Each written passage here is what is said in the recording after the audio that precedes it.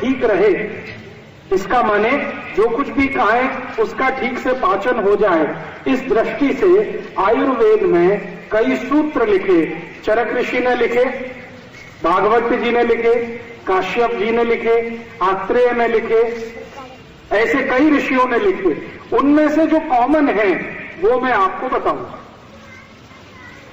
हम पहले एक छोटा सा उदाहरण है तो हमको समझ में आए आपको ऐसी एक बात मैं आपसे बोलता हूं। आप सभी माताएं यहां बैठी हैं, रसोई घर में, स्वयंपाक घर में आप नियमित रूप से काम करते हैं। आपके पास अगर दूध है और आपके पास चावल भी है और खीर बनानी है, दूध भी है, चावल भी है, लेकिन आग नहीं है, अग्नि नहीं है, तो खीर बन सकती है?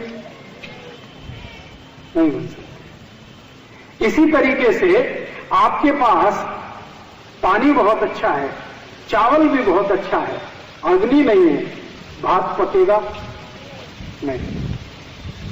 आपके पास बहुत अच्छा भाजी पाला है और बहुत अच्छा मसाला है, लेकिन अग्नि नहीं है, तो भाजी बनेगी नहीं बनेगी। मैं आपके ध्यान में ये लाना चाहता हूं कि स्वयंपाक घर में सबसे महत्वपूर्ण जो तत्व है वो अग्नि है।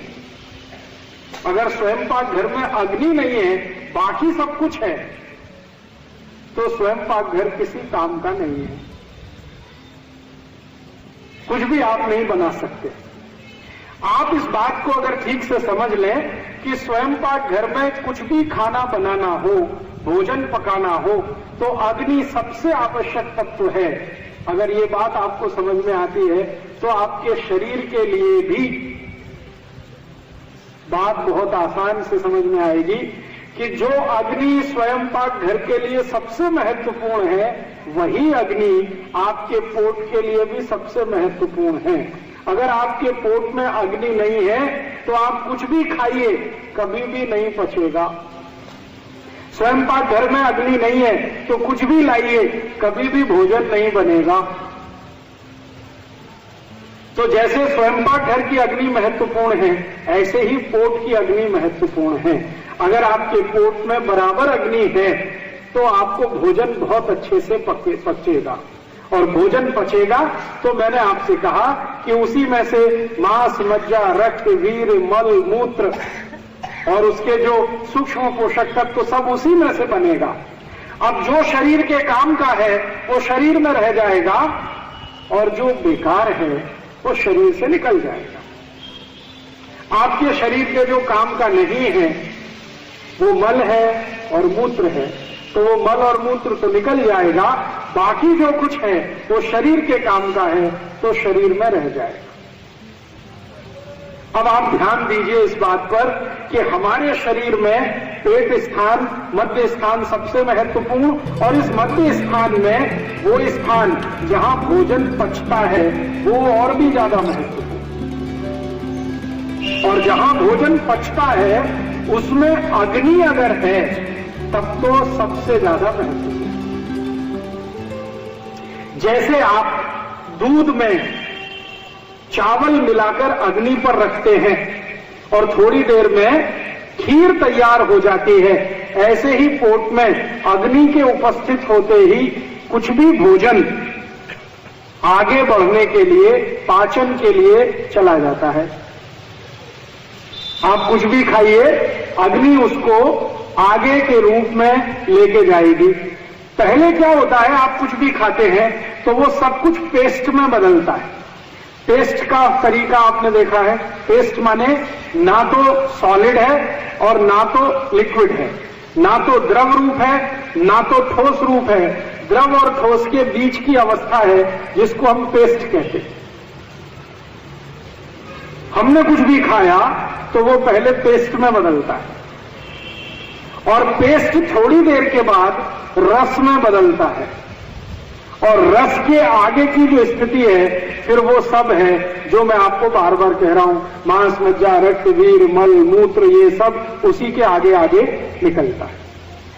तो आपने कुछ खाया है, वो आपके पेट में जाए, ठीक रूप से पचे और पचने के बाद उसमें से मांस, मज्जा, रक्त, वीर, मलमूत्र सम्यक मात्रा में बने, माने जितनी जरूरत है उतनी मात्रा में बने, तो जीवन पर्यंत आप बिना किसी रोग के निरोगी रहते हुए अपने जीवन को बिताएंगे। आयुष्य आपका बहुत अच्छा होगा। ये सूत्र है। अब इस सूत्र के लिए भागवत ऋषि ने सबसे ज्यादा मेहनत करके खोज किया है। सबसे ज्यादा भागवत ऋषि ने इस एक छोटी सी बात पर कि हम जो कुछ भी खाते हैं, खाने के बाद उसका जो पाचन होता है, पाचन के बाद की जो आगे की क्रियाएं हैं, इस पर सबसे ज्यादा रिसर्च भागवत जी ने किया। चरक ने किया, सुश्रुत ने थोड़ा बहुत किया, लेकिन सबसे ज्यादा भागवत ने किया और सबसे ज्यादा सूत्र इस विषय पर फिर उन्होंने ही लिखे। इसलिए उनके शास्त्र, जिसका नाम है अष्टांग हृदय, उसमें से निकालकर 2-3 सूत्र बताता हूं कि आप जो खा रहे हैं वो ठीक से पचना चाहिए, उसके लिए अग्नि प्रदीप्त होनी चाहिए। इसके लिए सूत्र है। सूत्र क्या है? आपकी अगर पेट में अग्नि अच्छे से प्रदीप्त हो रही है, आप जो कुछ भी खा रहे हैं अच्छे से पच रहा है, तो इसमें ध्यान देने की बात यह है कि कौन कौन से ऐसे तत्व हैं जिनसे अग्नि बाधित हो सकती है। कौन कौन से ऐसे तत्व हैं जिनसे अग्नि बाधित हो सकती है। अब मैं आपसे एक सरल प्रश्न पूछूं तो आपको तुरंत ये ध्यान में आएगा। आपके स्वयंपाक घर में आपने भोजन बनाना है, मान लीजिए खीर बनानी है, आपने दूध और चावल दोनों मिलाकर रख दिया, आपकी गैस जल रही है, बर्नर ऑन है और वो खीर बन रही है। अब अगर मैं इस बर्नर को जलते हुए पानी डाल दूं, आपकी खीर पक रही है, आग जल रही है, मैं इस बर्नर को पानी डाल दूं, क्या होगा? बुझ जाएगी। खीर पकेगी, फिर वही है, जैसी है वैसी रह जाएगी। इसका मतलब यह है कि अग्नि तत्व का पानी के साथ दुश्मनी है। बात समझ में आई? अग्नि तत्व की पानी के साथ दुश्मनी है। अगर अग्नि के ऊपर पानी छोड़ेंगे तो अग्नि शांत हो जाएगी, अग्नि शांत हो जाएगी तो खीर नहीं बनेगी, खीर नहीं बनेगी तो चावल और दूध दोनों खाने लायक नहीं रहेगा। खीर बने तो चावल और दूध खाने के योग्य होगा, खीर बनेगी ही नहीं तो चावल भी खाने लायक नहीं, दूध भी पीने लायक नहीं। इसका महत्व का बात जो समझने का है वो ये कि अग्नि तत्व के ऊपर पानी ना आ जाए, इसका ध्यान हम रखते हैं कि नहीं स्वयंपाक घर में? अगर ये ध्यान आप रोज रखते हैं तो पोट में क्यों नहीं रखते इसका ध्यान? आप बोलेंगे जी हम क्या गलत करते हैं पोट में? आप गलत ये करते हैं कि आपने भोजन किया, भोजन करने के बाद उसको पाचन होना है, पाचन होने के लिए अग्नि प्रदीप्त होगी। जैसे ही आपने भोजन किया फिर गट गट गट गट लोटे पे लोटा पानी पीना शुरू कर दिया। अब क्या होगा? अग्नि बुझेगी, क्योंकि पानी और अग्नि की दुश्मनी है। अब लोटे पे लोटा पानी पीते जाएंगे तो अग्नि तो बुझ गई, अब भोजन कैसे पचेगा? स्वयंपाक घर में भोजन कैसे बनेगा?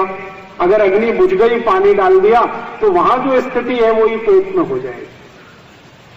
और अगर भोजन नहीं पचेगा तो फिर क्या करेगा? सड़ेगा। और सड़ा हुआ भोजन भागवत ऋषि के अनुसार 103 रोग पैदा करेगा। एक नहीं, 103। मतलब सीधी सी बात यह है कि जो लोग भोजन के बाद गट गट लोटे पे लोटा पानी पिएंगे उनको जिंदगी में 103 रोग जरूर आएंगे। अब 103 रोग आएंगे तो डॉक्टर के तो मजे आएंगे और आपके घर का पैसा जाएगा। आप रोडपति हो जाएंगे, डॉक्टर करोड़पति हो जाएगा। ये 103 रोग कौन कौन से आएंगे उनकी सूची है। भागवत संहिता जिसका नाम है अष्टांग हृदयम, उसमें पूरी सूची है कि जो लोग भोजन के बाद गट गट गट पानी पीते हैं उनको 103 रोग कौन कौन से आते हैं। सबसे पहला रोग पेट में जलन होना, जिसको आप कहते हैं एसिडिटी। जो लोग भी खाने के तुरंत बाद पानी पीते हैं, 101% नहीं, 201%, 1000% उनको एसिडिटी होती ही है। आज नहीं तो कल, कल नहीं तो परसों, 2 साल बाद, 5 साल बाद होने ही वाली है। एसिडिटी तो होना ही है, पेट में जलन तो होने ही वाली है। और ये पेट की जलन आगे बढ़ते बढ़ते छाती तक आती है, फिर छाती में जलन, और आगे बढ़े तो गले में जलन, फिर पूरे शरीर में जलन, किसी को यहां पांव में जलन, किसी को यहां गुर्दे में जलन, पूरा शरीर में आग ही आग, आग ही आग।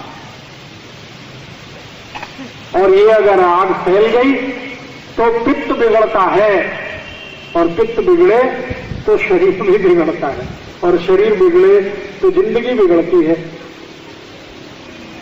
इसलिए ध्यान इस बात को देना है कि स्वयं पाक घर में दूध और चावल को पकाते समय आग का जलना बहुत जरूरी है। ऐसे ही हमारे शरीर में खाना खाने के बाद आग का जलना बहुत जरूरी है, ताकि भोजन ठीक से पके। इसके लिए पानी का और आग का मेल नहीं है। तो मतलब सीधा सा ये है कि खाना खाने के बाद पानी मत पियो।